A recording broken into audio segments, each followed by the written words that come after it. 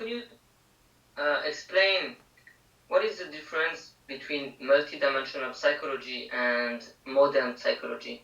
The difference between multidimensional psychology and modern psychology is that modern psychology looks at only part of the dimensional realm.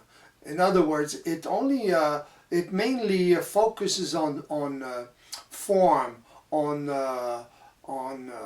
the psychological aspect of reality. See? And the multidimensional psychology looks beyond that. It includes ordinary or modern psychology up to a certain point, differently, but it goes beyond that in the sense that it takes into account the vibrational reality of the fifth dimension. In other words, people are blinded by their habits of looking at life in a psychological way. It's always been like that. Human beings have touched a little bit of that fifth dimension, but never could pinpoint with precision or scientific precision what it's all about. See? It's mainly intuitive. And reality can't be only perceived intuitively. Has to be perceived scientifically. You have to be, it's just like science. Exactly like science. Yeah, one has to be able to see or observe precisely what's going on with the human psyche. Otherwise, human beings are in a limbo. They don't know what's going on. See? And they can't manage their lives because of that. There's certain techniques or psychological techniques which helps a little bit mankind to alleviate the suffering of life, but they don't know what causes the suffering, what causes the mix-up in the mind, you see? And the mix-up in the mind is caused mainly by a lack of sight, a lack of observation of that dimension. See? What human beings call the soul is, in fact, the fifth dimension. But as long as they use those kind of words which are packed with all kinds of meanings, especially religious meanings and more intuitive meaning, then it's hard for them to go beyond that. See? That's why we have to look at it as a dimension. You see? When we look at it as a dimension, then it's different. It's the same, has the same purpose, but because a person looks at it or observes it differently, it's a whole new ball game.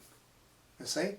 And it elucidates a lot of mysteries about the human being or the psyche. Mm-hmm.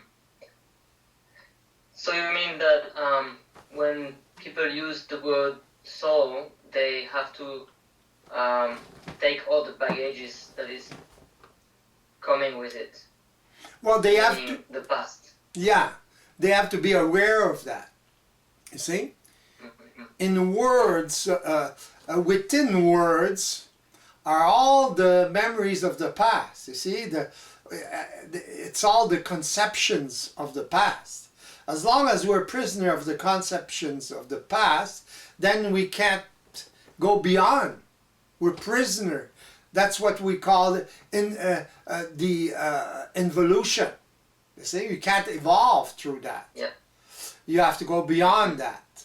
You have to liberate yourself from that. So you got to be aware of what the words, the meaning of the words, you see, and what it means really, and what it does, because it has a resonance. There's a vibration into it, you know, and it affects the person who speaks it. There's a power in speech, you see, and when you use words like that, the power goes against you. It maintains you prisoner. As long as you use, let's say, polarized words, your mind is gonna be polarized. You see? So all those meanings, all those conceptions are polarized. The main aspect of psychological consciousness is polarization. See? So as long as words that are polarized, you're polarizing your mind. You're polarizing yourself. You're maintaining an habit or a memory which induces you to speak in the same way. So how can you get out of it until you realize what's going on? You see? You can't liberate yourself from that as long as you don't know what's going on. Beyond the concept of polarity. You know, there's certain, people can say, well, I understand what polarity is. Yes, but understanding only what polarity is not enough. One has to realize what it does. You see? It's a polarized mind, or polarization in the mind is a very primitive way of looking at things. You see? Even the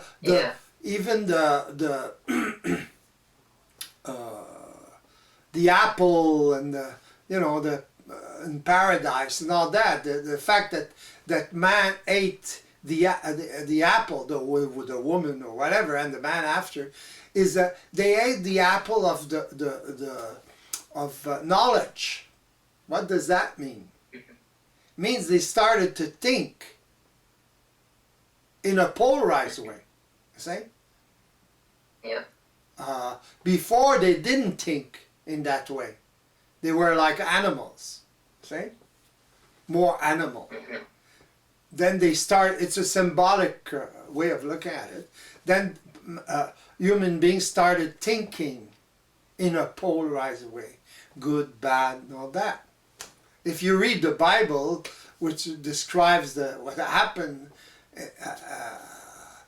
in those circumstances of the first man, the first woman, it's easy to see what's going on, see what went on. So how does one can perceive the effect of polarity on his own mind? Is it the consequences, like simplifying his observation of life, or just like limiting to very simple things? Well, first he has to be conscious of what it is and what it does. Okay?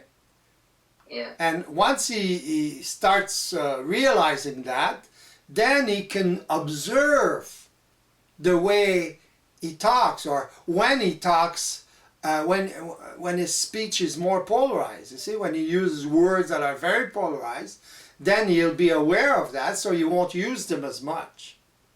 Or he will stop using them. You see? So that's a way of correcting.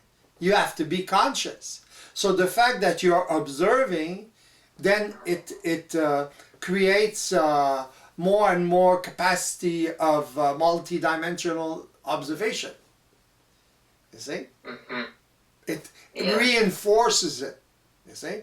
You have to use it to reinforce it. People are used to observing in the psychologically. see, on the surface of the iceberg. But the rest, the biggest part, is vibration, you see, is the fifth dimension. How can we explain that people lost this capacity to perceive with their senses? They never had it, Okay. you see, consciously. Animals have it, but they're not conscious. See? So man went from his animal's consciousness to a pseudo-human consciousness. Mm-hmm. He started polarizing things, you see? He started categorizing things in the sense of good and bad and truth and lies and all that, you see? So that's what created his actual consciousness. But man has to go beyond that if he wants to stop suffering from life. Or in other words, suffering from his polarized mind. You see? And it's a habit. Often you talk about... Yeah. Pardon? Often you talk about resistance. Is that one of them? Variety? Yes. And resistance to what? To see the real? What's real? Yeah. Resistance is the habit of looking at things in a polarized way. In other words, observing in a psychological way. You have the habit of doing that. Man gets his security, always achieve his some kind of security through that. You see, he developed his intellectual capacity through that. You see, but that's the inferior mind. You see. Yeah. So once he starts observing in another way, observing in a multidimensional way, once he starts being aware of the vibrational aspect of life, you know, then he goes, or he starts using a superior consciousness. Then the more he uses it, the more he develops it. It's not a question of knowing things, it's a question of doing things, of experience. The more he experiences it, the more he acquires that consciousness, you see. It's in spirituality, people think they're going to be awakened all of a sudden, you see. That's spiritual awakening. It's not real awakening, see. Because they look at it in a psychological way, in a polarized way.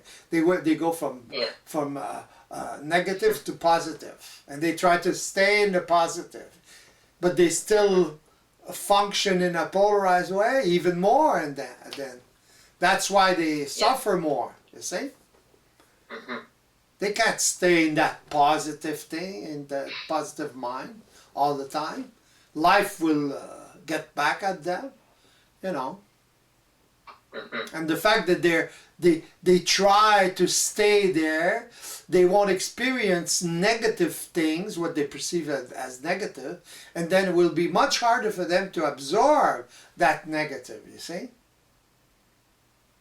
So they become too sensitive to negative, anything negative. Yeah. See? So they suffer accordingly. So actually they suffer more than ordinary people. Yeah. See? So you mean that, or they will. That, are spiritual, they become very sensitive to negative because they're not in touch with it. They don't deal with it, so they don't they don't experiment it, and they don't they don't have the ability to absorb it, you see. To have the ability to absorb negative things in your life, you have to be sufficiently depolarized in your mind. Negative thing, what people perceive as negative thing or positive thing, especially negative thing, it can be very creative in one's life. Yeah. You see? So it depends how you look at it, how you absorb it, you see? How you use it. People make mistakes all the time, but they don't know how to use them. Why? Because they polarize the mistakes, you see? So as long as they polarize the mistakes, the more they polarize the mistake, the less they can use the mistakes creatively. Yeah. So that's because of their polarized mind, you see? You correct that, or the person corrects that, then they can live much easier. Yeah. It seems that polarizing a fact is the same thing as having a judgment about it. It's like having a judgment. Yeah, it is a judgment. It's a judgment according to one's consciousness, you see?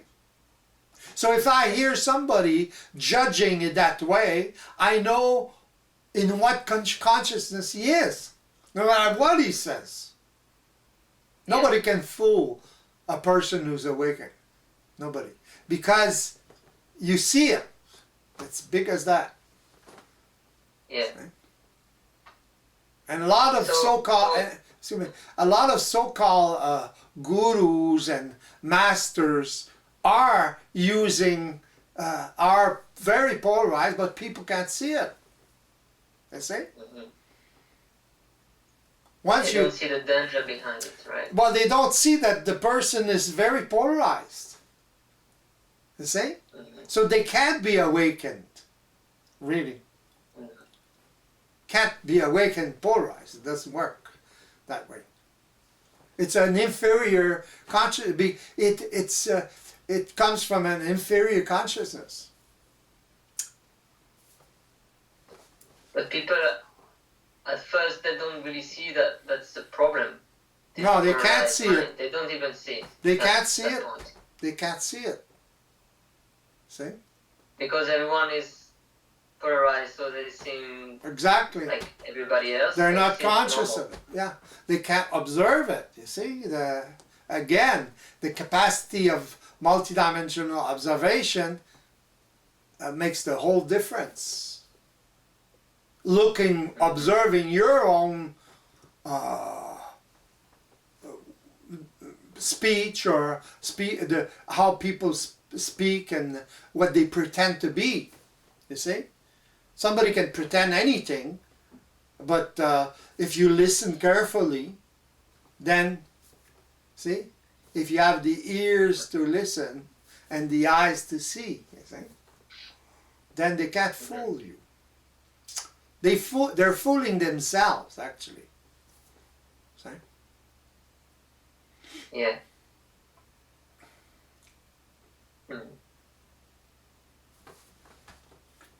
So how does one achieve getting this multidimensional perception? How does it access it? First of all, he has to be in contact with it. Okay? How do you get in contact with that if you don't know anything about it? Is that you get in contact with a person who already is awakened and is in contact with that dimension. That's the way it works. That's the way science works. That's the way everything works. A child learns from his parents, you see, from the contact with his parents, you see, creatively or not, or whatever, whatever the outcome. He learns from that. He reacts to his parents, see. So it's the same thing. A person who is in contact with a person that can observe in that dimension and can who is awakened, then he he gets that vibration, he absorbs that vibration, as long as he doesn't try to interpret the whole, what the other person is talking about in a psychological way. That's the problem. You see, that's the resistance. See, people want to translate it in a psychological way. That's the resistance. You see, it's the habit of securing, how you secure yourself, you see, how you understand things. It's not a question of understanding, it's a question of experience.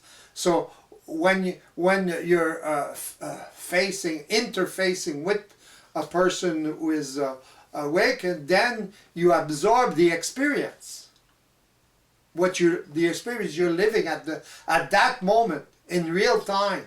You see, that's what people call being in the present. They don't know what they're talking about. Being in the present doesn't mean nothing. In real time, that's a little bit more precise. You see, you're awake. You're conscious of what's going on, or partially conscious of what's going on. So then you can absorb the vibration of what the person is talking about. It's like learning a new language. If I spoke Chinese and you don't speak Chinese, you're gonna have to immerse yourself in Chinese in order to understand me. It's the same thing. But if you translate all the time to French or English or whatever, then you're not going to learn very fast. Because you got to go through all the translations, all the words, actually. And you got to remember. But by immersion, you don't have to remember. It's the experience. The experience is registered instantly. You know, everything is registered in the fifth dimension. That's where the hard drive is. See? The software is the mind, is the spirit. Yeah, so people want to record it their own way, so that they can remember it exactly how they want it. They want to remember the form of it. Yeah, and then when they do that, they filter it through their psychological consciousness, and then they don't benefit the same way from the interface, you see? But people have a habit of doing that, see? So they want to translate in involutive consciousness, a consciousness which has no part of that, which is more, which is superior. You can't do that. Because then you dilute it, see? And it becomes philosophical and becomes psychological, of course. So you can't use it in your daily life because of it. Well, it's harder to use in your daily life because it becomes a philosophy. You can't, you can't apply it because you think too much in a certain way. You alter it, see? So you live some kind of initiation, you'll suffer from it, till then you can absorb the vibration of what's the person is talking about, or the language, you see? Consciousness is a language, actually, see? It's a way of looking at things, of observing things, see? So when one observes in a superior way, in a multidimensional way, it encompasses the psychological and everything, the form and see, a person who's awakened uses the form. He's not prisoner of the form, you see, of the word, of the specificity or the category of the word. See. He uses the form to transmit a vibration, what he wants to say. See? So if the other person absorbs what the other one wants to say, then you have a communication. See? Even if you speak the same language. Otherwise, you always translate. See? Yeah. But people are not really aware of this. No. Oh, not at all. No, this is the basis of communication. And the problem with man is that he has a hard time communicating, see? Yeah. So, he communicates in a vertical way instead of communicating in a horizontal way. See? Mm-hmm. So you mean he's not connecting to the actual things that the other one want to pass? Yeah, it's exactly. Not exactly the same. And vice versa. Yeah, everything. yeah, and he will a person who doesn't communicate horizontally, he imposes his authority on the other one. You see, so the other one loses, if he believes it, loses his authority, or the little he has. You see, that's what happens with parents and children. Parents impose their authority on the child, and then he loses the little bit of authority he has, because he has to be able to learn. He has to be in his own authority, even if it's this much. See, if you take it away from him by imposing your authority, or the parents imposing their authority, then the child will have apprenticeship problems. Yes. You will have a hard time to learn. Mm-hmm. Yeah, so that in that case, when the parent has this kind of relationship with his child, the child wouldn't be able to express himself, to find himself. Yeah, of course, he loses his identity, or the little bit of identity he has. See, because he will always then he because he doesn't want to be rejected from his parents, then he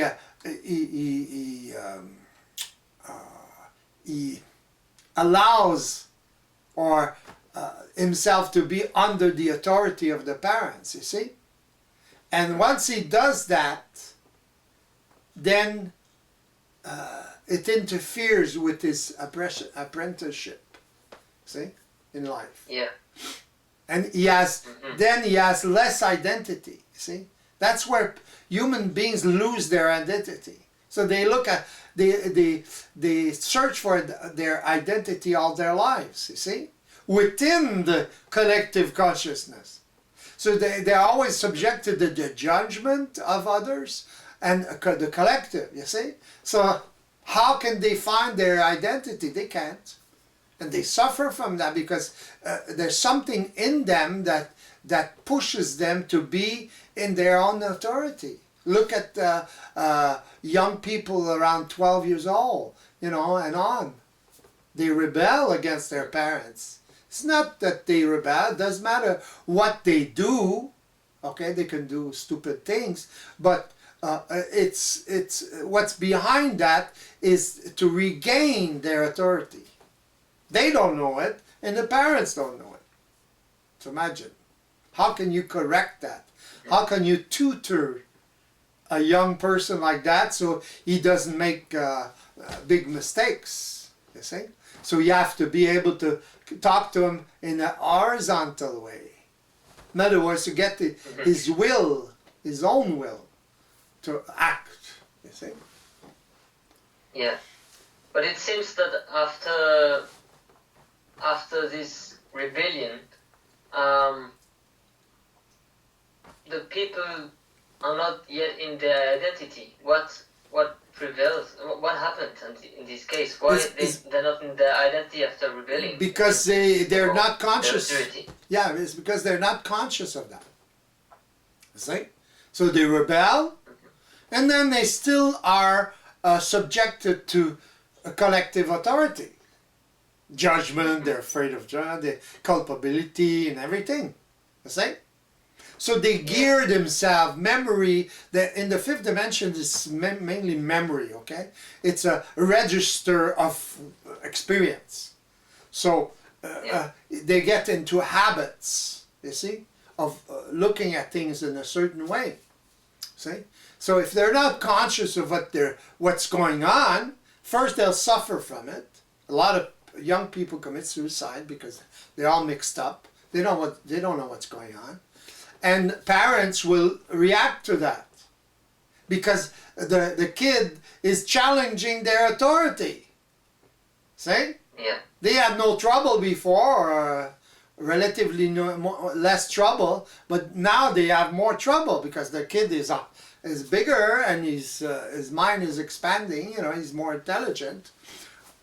You know, he has more capacity, and then he rebels himself. It's very for a kid to rebel himself in those circumstances is very intelligent.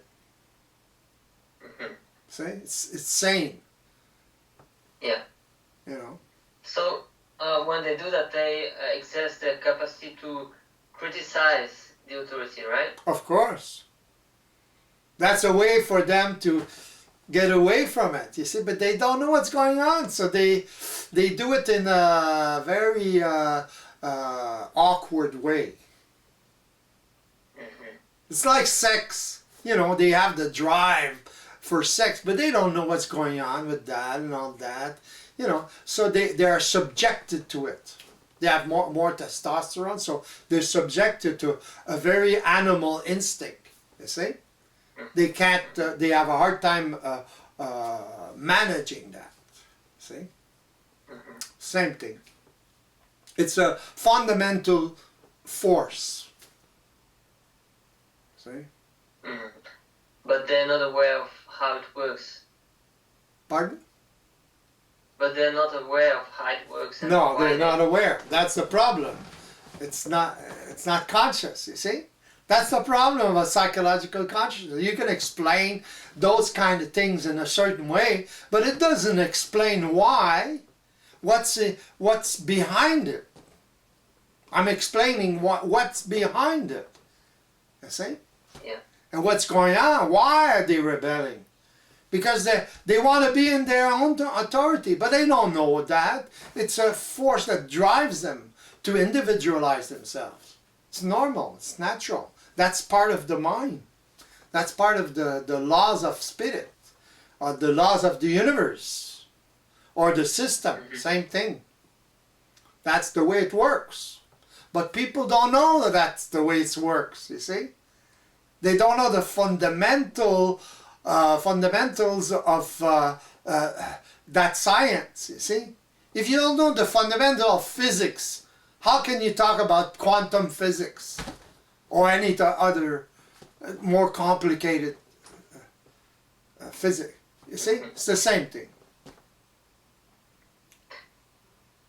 So you mean to say that it's through multidimensional psychology, or this way of looking at things, that you perceive and understand all the basis of the system, how it works. Yeah, of reality, in other words. Okay? Mm-hmm. It's through multidimensional observation. Okay? Observation, yeah. Not psychology. Multidimensional psychology encompasses all that. Yeah. Mm-hmm. So is this through this observation that you are able to understand the system within yourself as well as external things? Yeah. So you start understanding what's going on. You start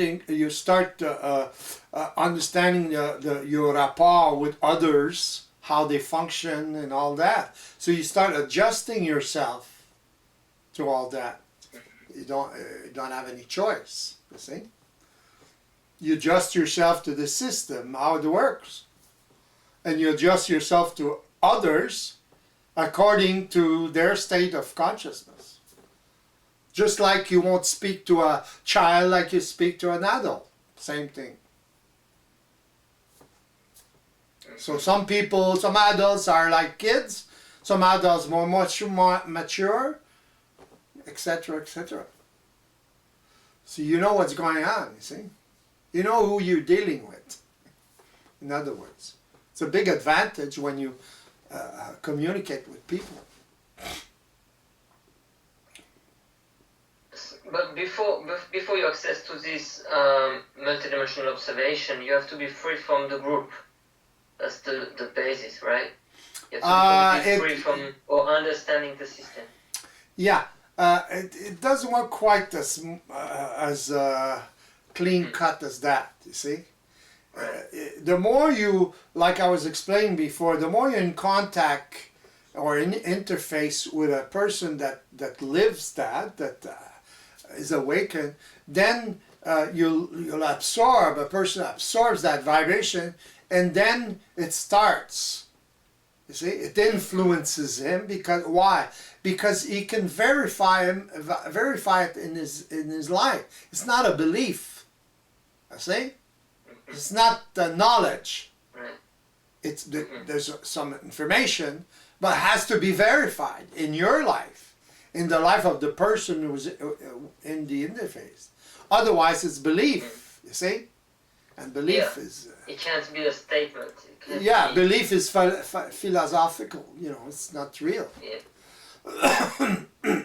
It's not part of your experience. You have to verify it in your own laboratory, which is your own life.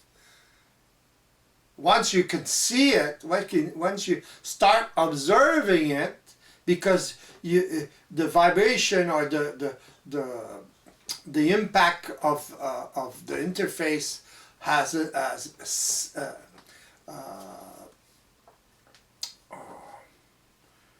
came into yourself enough, you know, then you start observing it in your own life.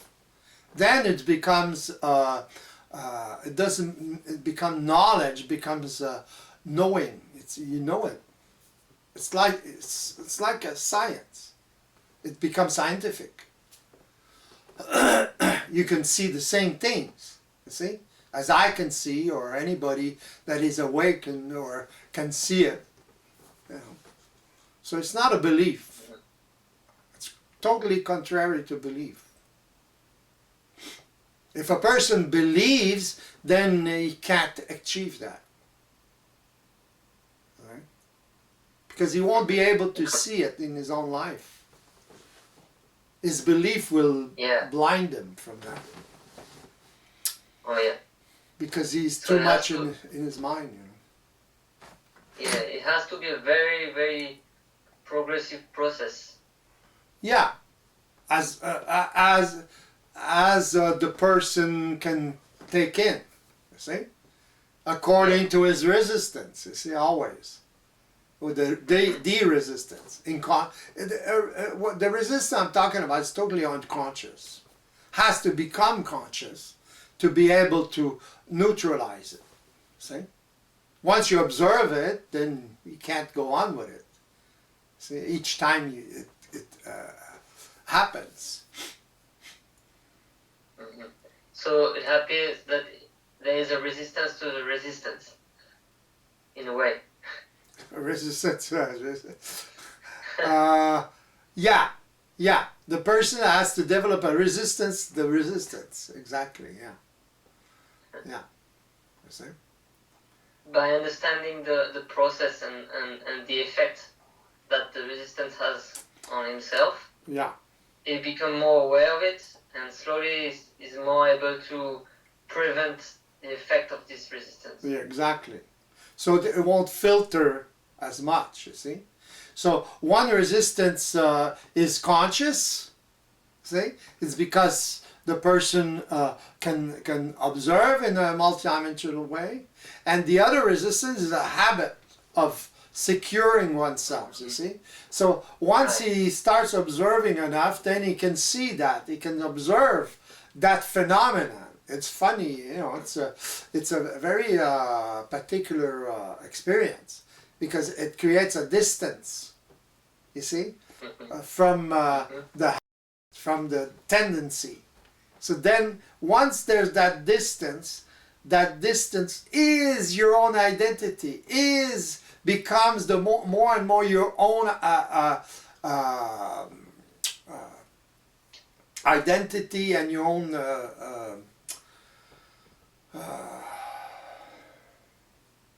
what was as I was saying before, your own information, your own experience. See? Yeah. Your own authority, that's the word I was looking at. That's the way you build your own authority, is by contesting the collective in that way. It's not directly. Something that seems a bit difficult to grasp in this new approach, this new observation, is that you cannot learn things through your old mind.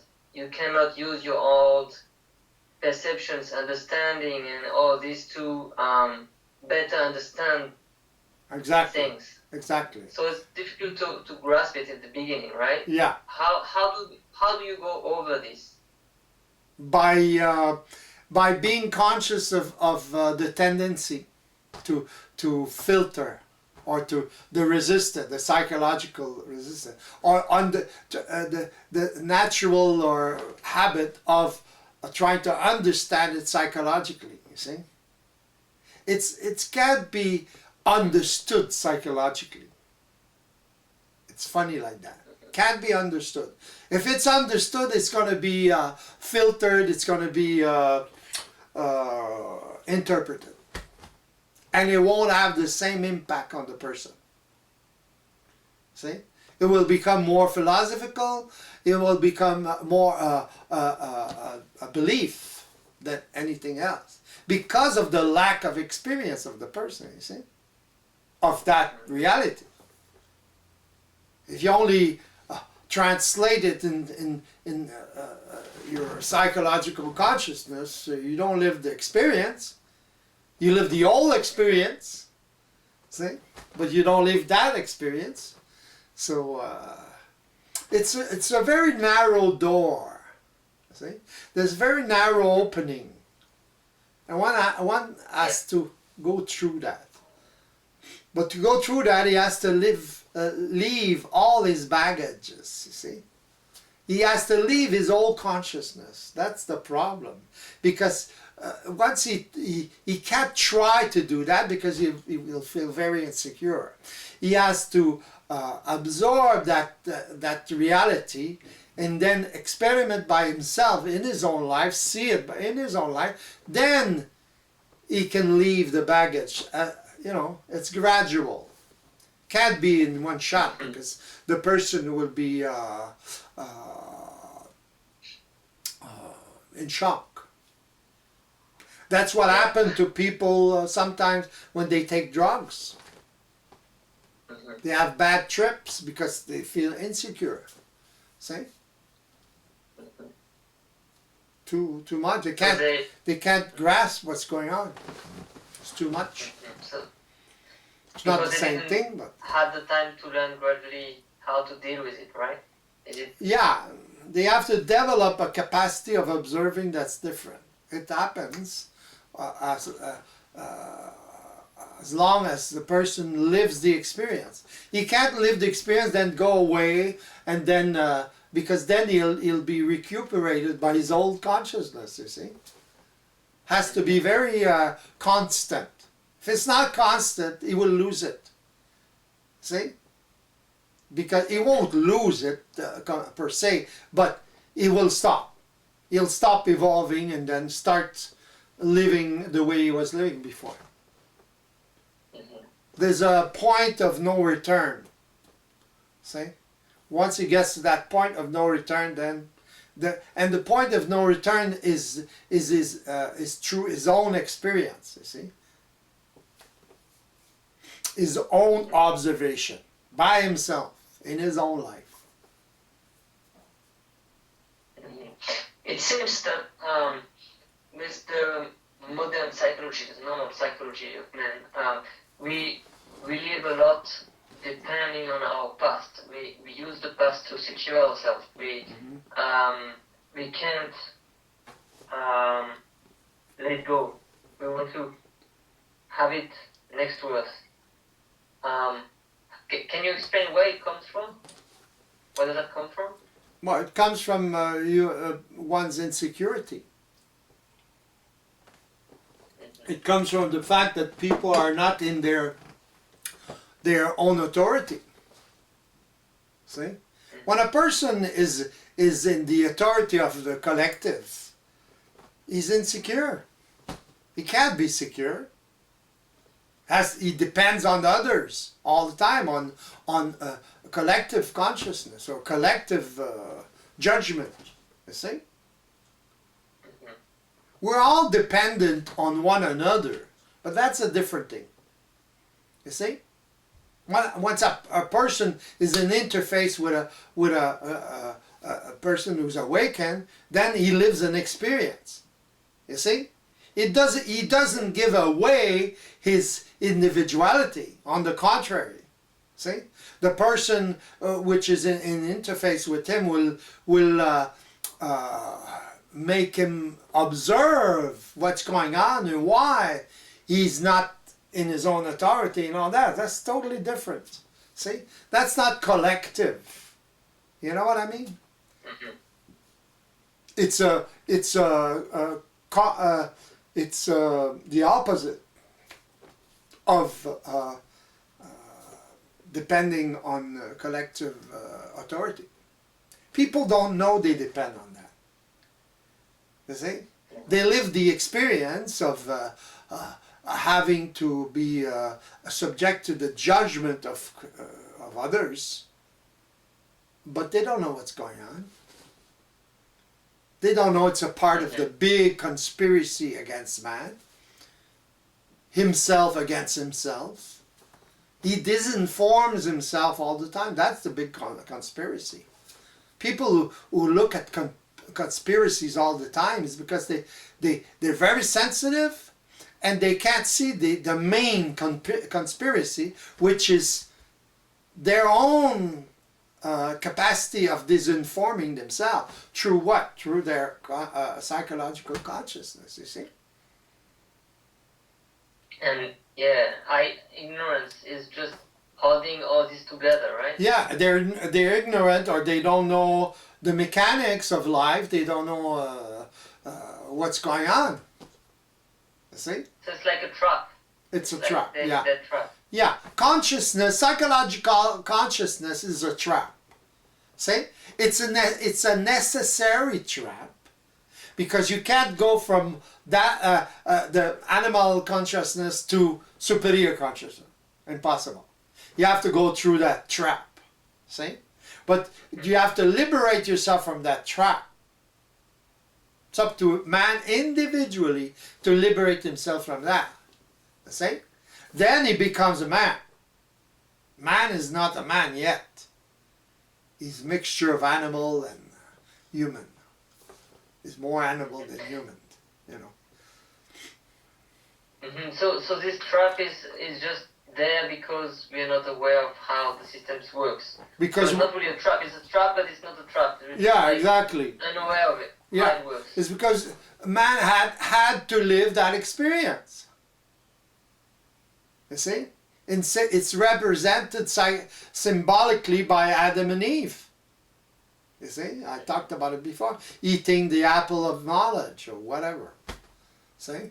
What's the apple of knowledge? They know what? They start to know between good and bad. They explain it. You just got to see through it or beyond that. You see? It's psychological consciousness that started. It's symbolic, but it doesn't work like that. But it's gradual, you see. But it's psychological consciousness, which is polarized. Once a man has, lived his experience through that, you see, then he becomes there's a certain point of saturation. See, we're in that point of saturation actually. Man is at that point of saturation, where everything is accelerated, especially the last 100-something years, and we're at that point of saturation, of suffering actually, and not knowing what's going on. pollution, too many people on the planet, everything. People who are taking drugs, you know, to maintain themselves without stress and all that, you know. You can't remedy that with drugs. The only way to remedy that is through observation or through a superior consciousness. The ones who can. The other ones, they'll die like that. That's inevitable. What defines a person who can go through this this process and someone who can't? The degree of experience of his lineage. You know, each parent, okay, each generation influences the other, or the child. You know? And the child becomes a parent, then they influence his own child. That's the way consciousness reincarnates. See, it's not the ego that reincarnates, it's the consciousness. That consciousness is immortal. Consciousness is immortal. So it's the consciousness or lower consciousness that reincarnates until there's a certain saturation of that consciousness, then something else bursts out of it, you see, which is multidimensional consciousness or systemic consciousness, see, which is much more scientific. Wait, yes? Can we say that when you get out of this psychological observation, which is basically how everybody thinks, everybody is conditioned, everybody lives, when you get out of this, of all these traps, and so you're free. Exactly. It's like you're free. You're free. See? You're free of collective authority. You're free of a lower consciousness, you know. And then that's real freedom. So then you can start managing your life. See? That's another apprenticeship, you see. But you have a base, you have something solid. It's not philosophy. It's reality. See? It's scientific. Other people can live the same thing in their own laboratory, you know. So it becomes scientific then. See? How come actual scientific actually didn't go that far? How did they not being able to grasp all these things? Is it what's missing? What's missing is they're not evolved enough. They don't have enough experience. They have enough experience to in a category, you know, of physics or science, you know, ordinary science, but they're not evolved enough. I see. Some perhaps, if they become in contact with a person that's awakened, then they can start the process because it's a process. But then they'll create another science. Once they awaken, they'll create another science. Totally different. Because their consciousness will be different. See? If you have many scientific minds like that are awakened, then it changes everything. It doesn't take too many people to change a lot of things on the planet. You know, it takes influential people. You see, it's a question of rayonnement, a question of radiation. Yeah. Yeah, radiation. Yeah, radiates. Yeah, and then it influences people. People, okay, that's the way. Okay, then they experiment it, and you know, can't be a belief, can't be a philosophy. Some people have very easy. It's very easy for them to believe, you know. Then they take a reality like that and they transform it into a belief. See? Without experimenting or integrating it. They'll make another religion with that. Mm-hmm. See? So there's a big wall between having a fact, an actual thing, mentally, and experimenting it within your life. Yeah. Mm-hmm. Big difference. Because one is purely virtual, the other one is in real life. You know, it's different. You can think a lot of things in your mind. You can go crazy, you know, especially in the virtual of the mental. You can go crazy in the sense that there's so many possibilities. You see? So then people who are too dependent on that, too much in the virtual realm, they have a hard time deciding things because they have too many outcomes. You see, they put some importance to different outcomes. You have to experiment it and then look at it. See, dip your little toe in it at least. And then you see if the water's cold or hot or whatever. You have input, you have information. That's experience. See?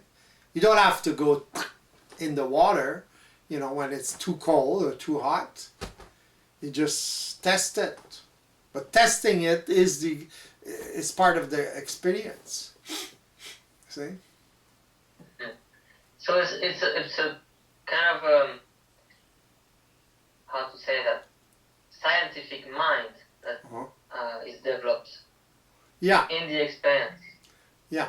Scientific and more sensitive is what sensitivity. It becomes a different kind. Of sensitivity? Yeah, it becomes a different kind of sensitivity. See? It becomes a sensitivity which is contained.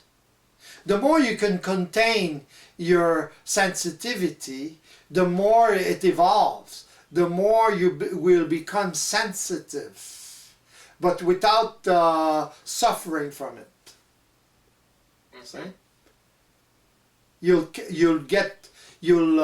feel vibration, very subtle vibrations from other people or from things or from events or whatever. The more you contain it, you see.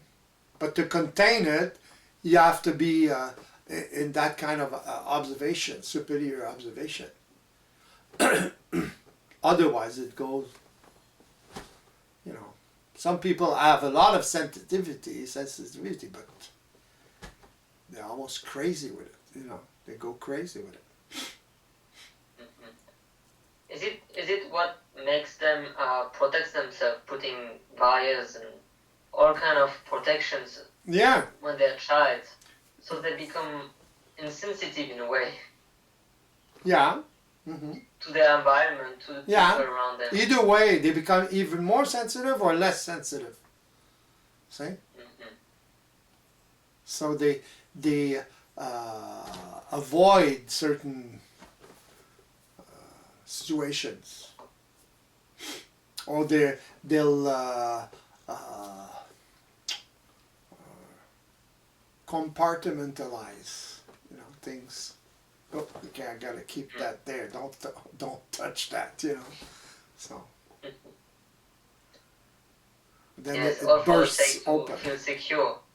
Yeah, it's always a question of insecurity. You see, always.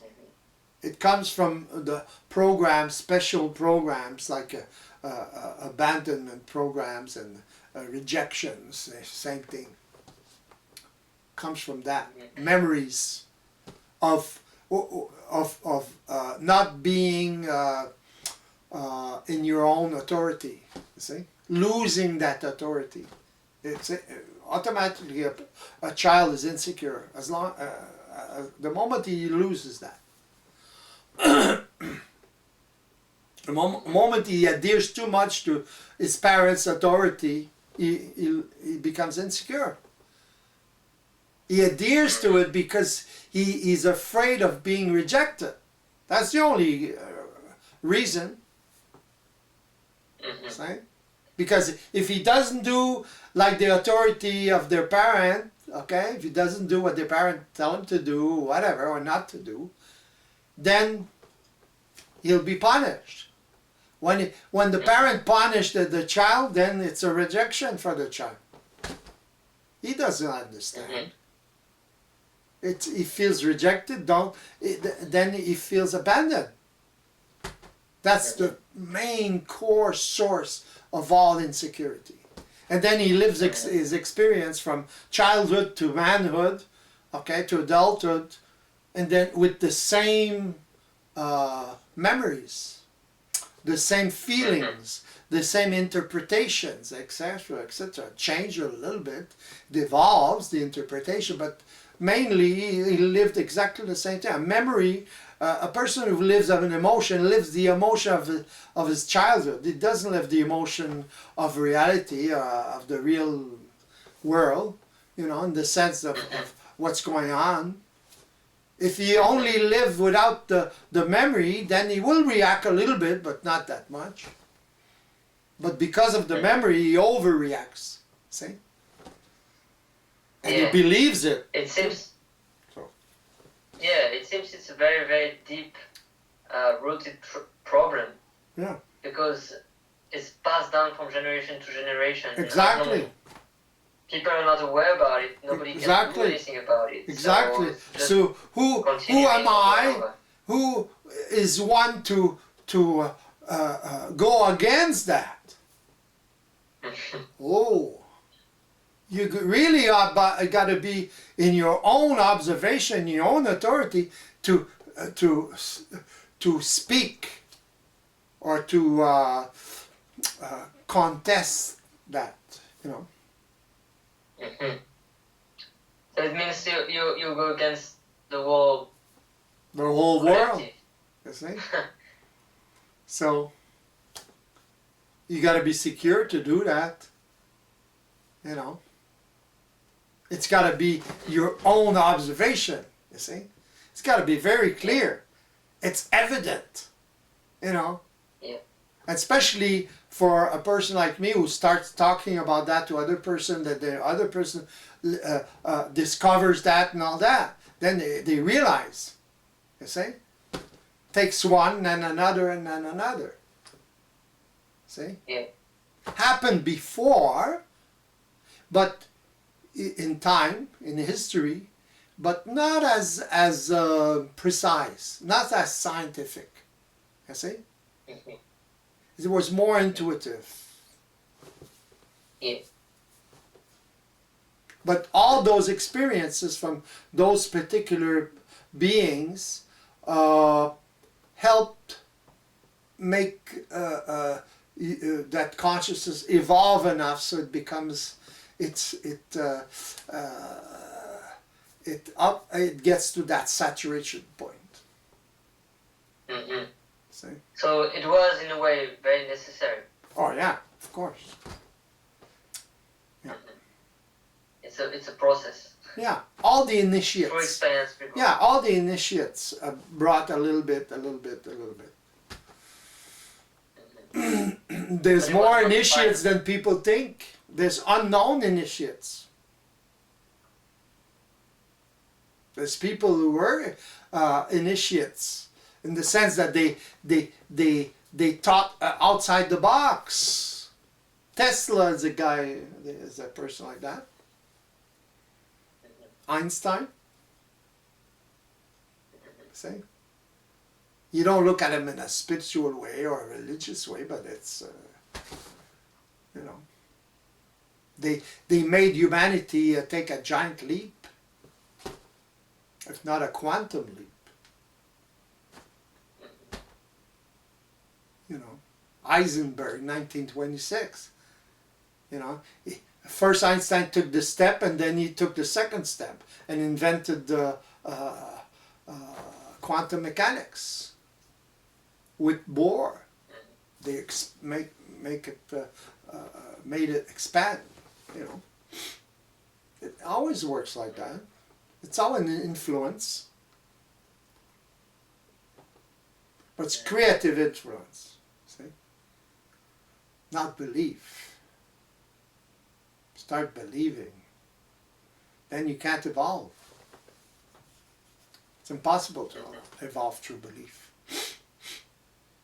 So it has to, this new psychology, this new observation has to flourish when people are enough scientific in their way of looking things. So it's a process. Humanity has to arrive to a certain state of evolution with this quality of mind, yeah. which is scientific to access it, right? Yeah.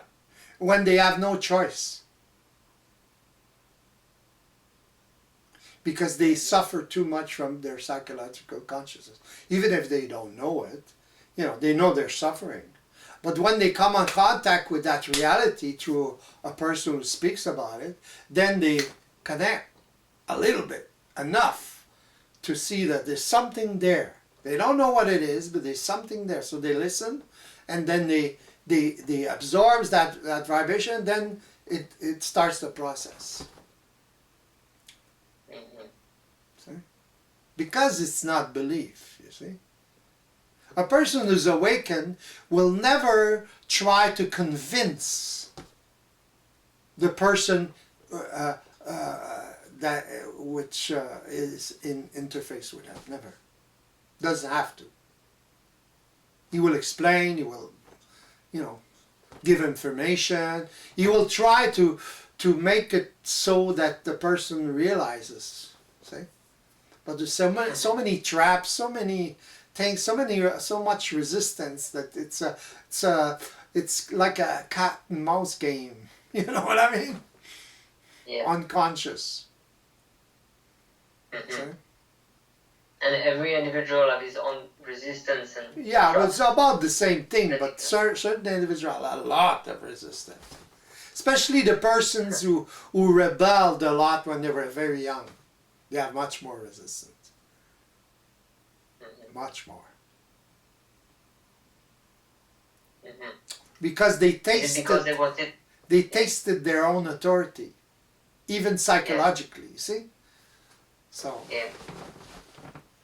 So they secure themselves through that, but at the same time it's a trap. Because it's psychological, you see? It's a reaction.